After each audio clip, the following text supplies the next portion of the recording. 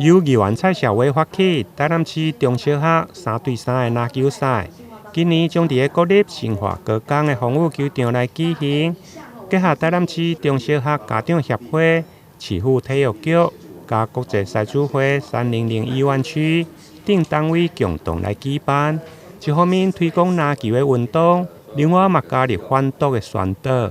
中小学要来举办这个3对3的篮球比赛。那针对篮球的推广赛以外呢，我想最主要的重点呢，我们也是希望要来推动反毒的这个效益的哈。这类活动呢，其实我们已经持续了好几年了。去年我们也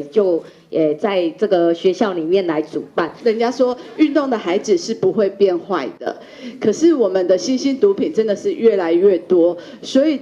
孩子们有时候都会被吸引到，所以借由我们今天我们的篮球比赛哈，我们也可以现场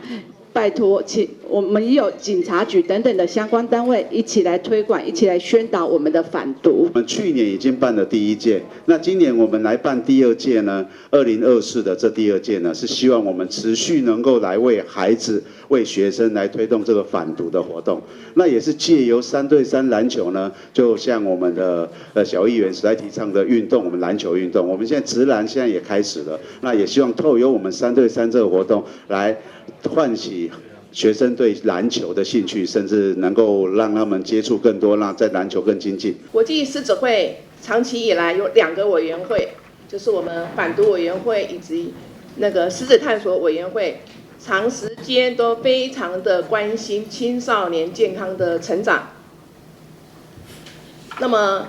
在这一次哈，我们很开心有这个机会哈，能够来参与这次的10月